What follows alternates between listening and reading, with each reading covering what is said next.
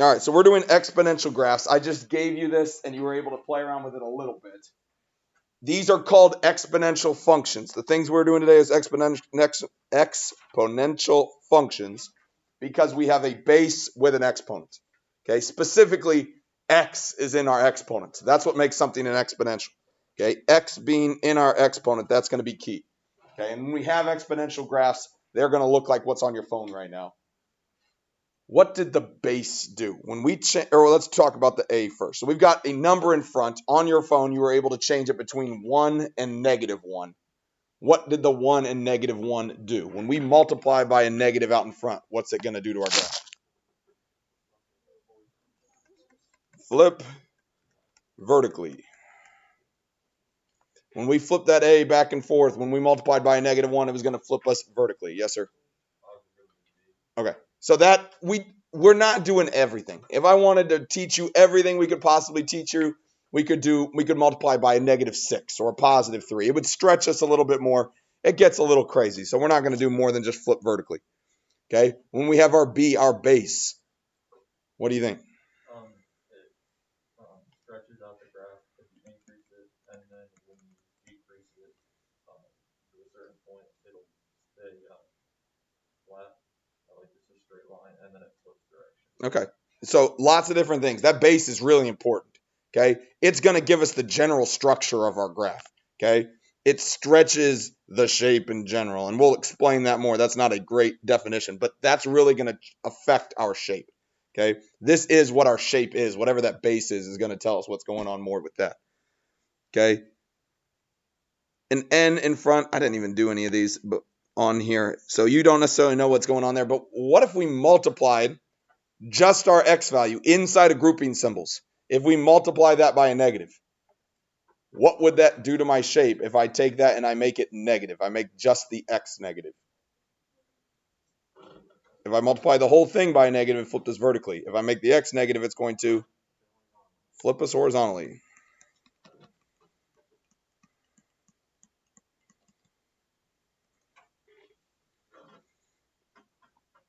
If I change the number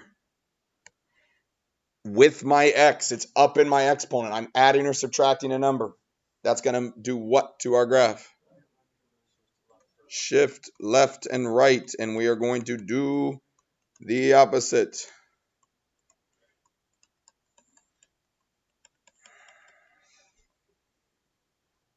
And then K, the thing on the end, that is going to shift us up and down. A whole lot of stuff going on here, but we have done this all in the somewhat recent history of what we've been doing here.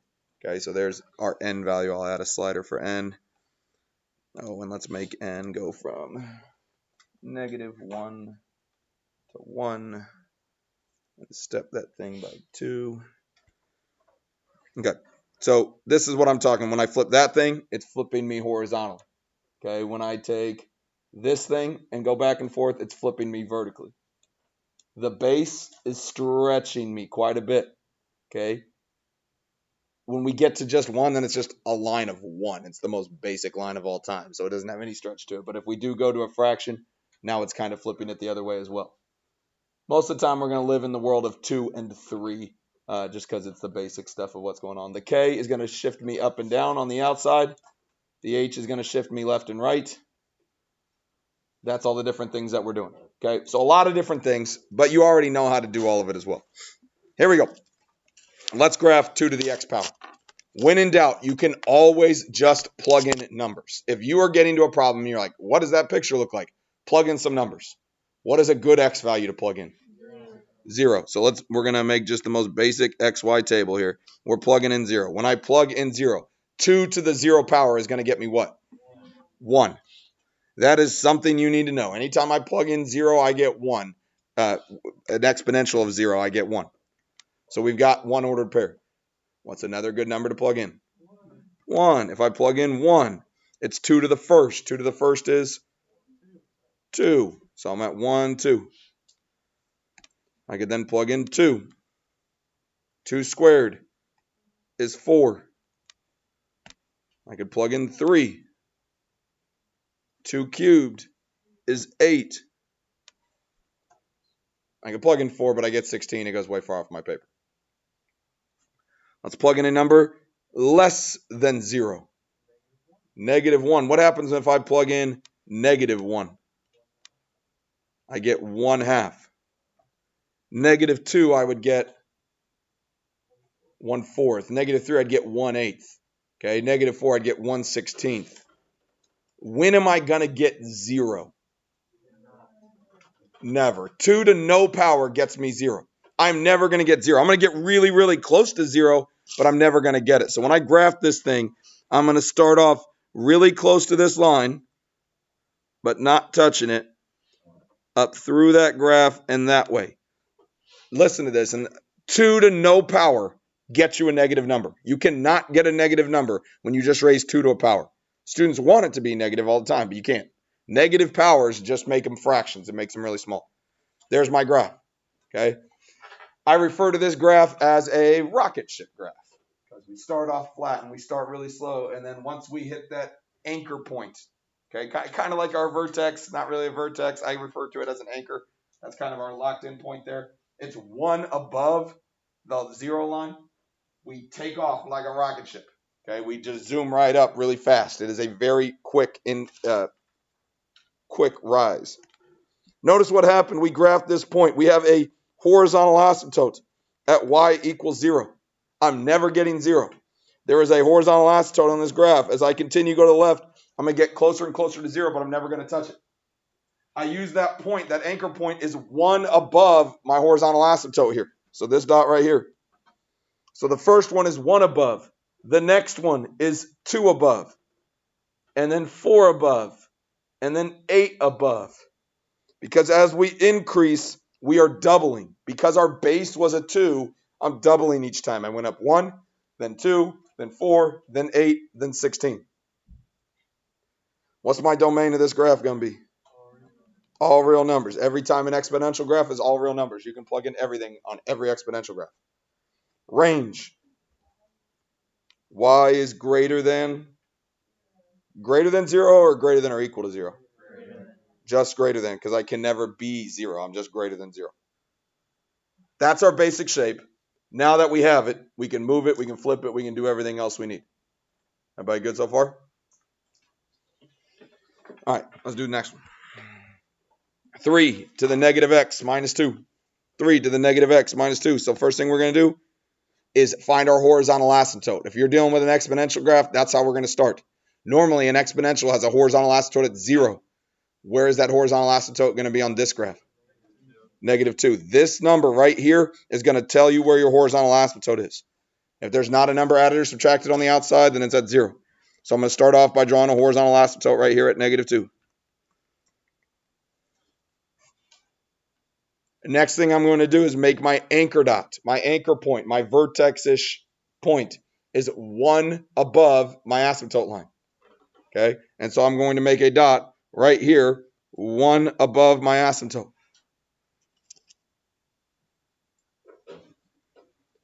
The new thing that we have a base of 3, so that's going to be important. And then the other thing that's going to be important is I have a negative sign right there in front of my x. What is a negative sign in front of my x going to do to my graph? Horizontally. So normally it's a rocket ship. Okay, normally my graph would do that. But that's not what's going to happen because it's been flipped horizontally. So now my graph is going to do that. It's flipped horizontally. All right, so I'm going to kind of work the other way. Normally, I would go up 1 to make my first dot, but I'm going to go to the left this time. How much am I going to go up to make my next dot? And when I say go up, I'm talking from the horizontal asymptote. From the horizontal asymptote, how many am I going to go up? 3, and I'm going to put a dot. Then from the horizontal asymptote, how much am I going to go up next? At -2, what's my y value going to be?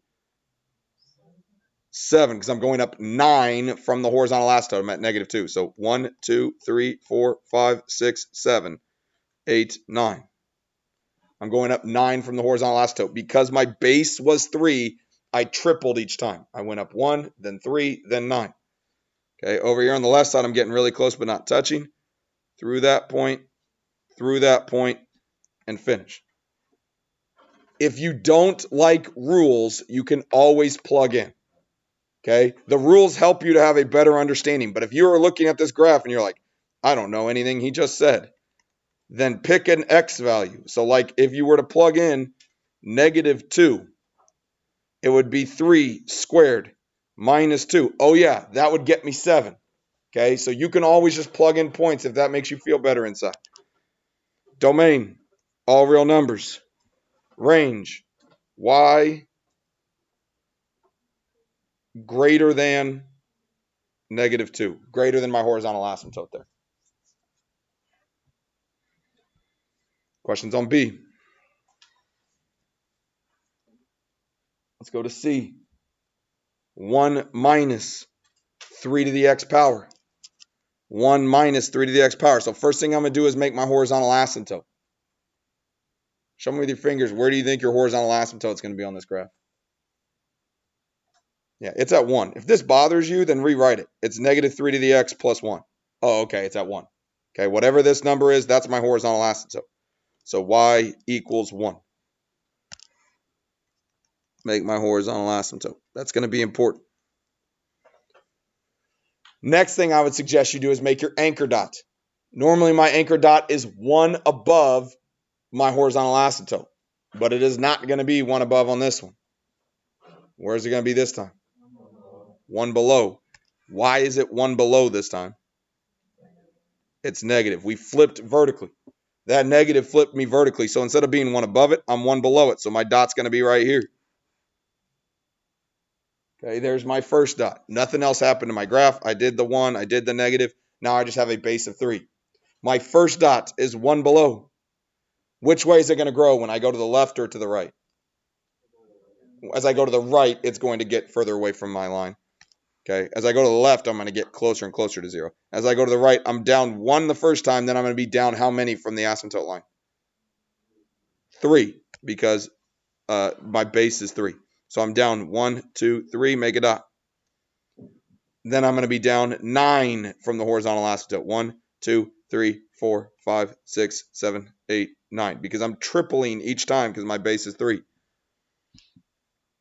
We have rocket ships when we have a regular exponential. This, we get a waterfall. Okay, imagine you've got a boat. It's sailing on this little ship. And then all of a sudden it's, oh my gosh, he fell down. Okay, we are falling off the waterfall at some point. Rocket ships and waterfalls. Good on that one. Domain is all real numbers. Range is y is less than this time because we're below the line. We've been flipped. Y is less than 1.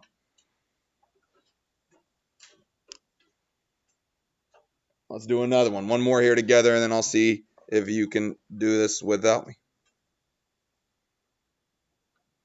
Okay, 2 to the x plus 3 minus 3. So, horizontal asymptotes first. Show me with your fingers. Horizontal asymptote. -3, that number tagged on the end. So y equals -3. Draw your line.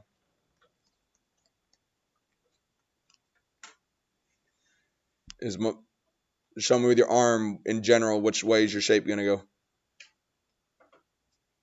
Exponential is going up. So my shape, you guys are showing me, is a shape like that. And I agree with you on that thing. So we've got this. We've got our general shape.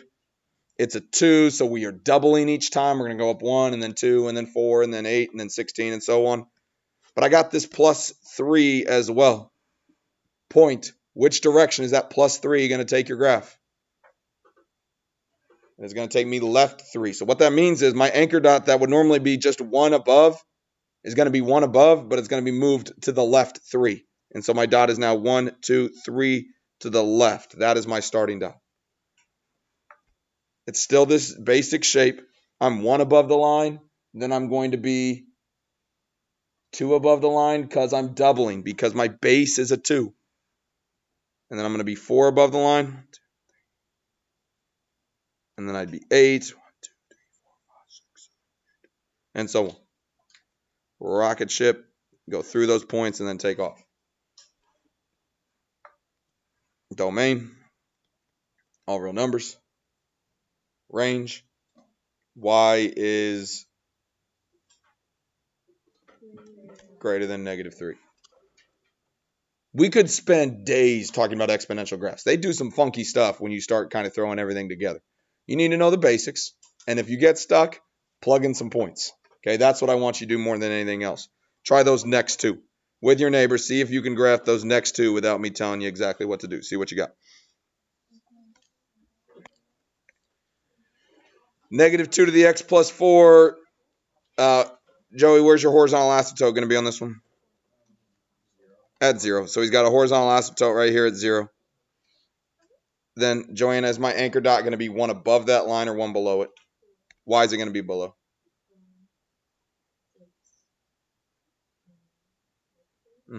The negative is going to flip us, so our shape is going to look like this. It's a waterfall graph because of the negative in front.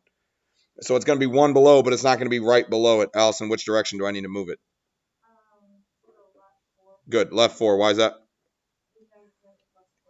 Yep, that plus 4 is going to move me to the left 4. So I moved over to the left 4.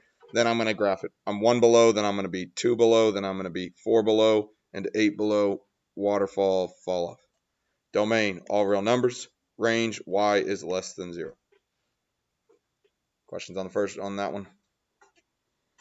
Let's do one more. Kylie, where's my horizontal asymptote going to be here on F? Yep, going to -3. We've got that -3 out there, so it's going to take me down 3. Everybody show me with your arm which way is my graph going to go.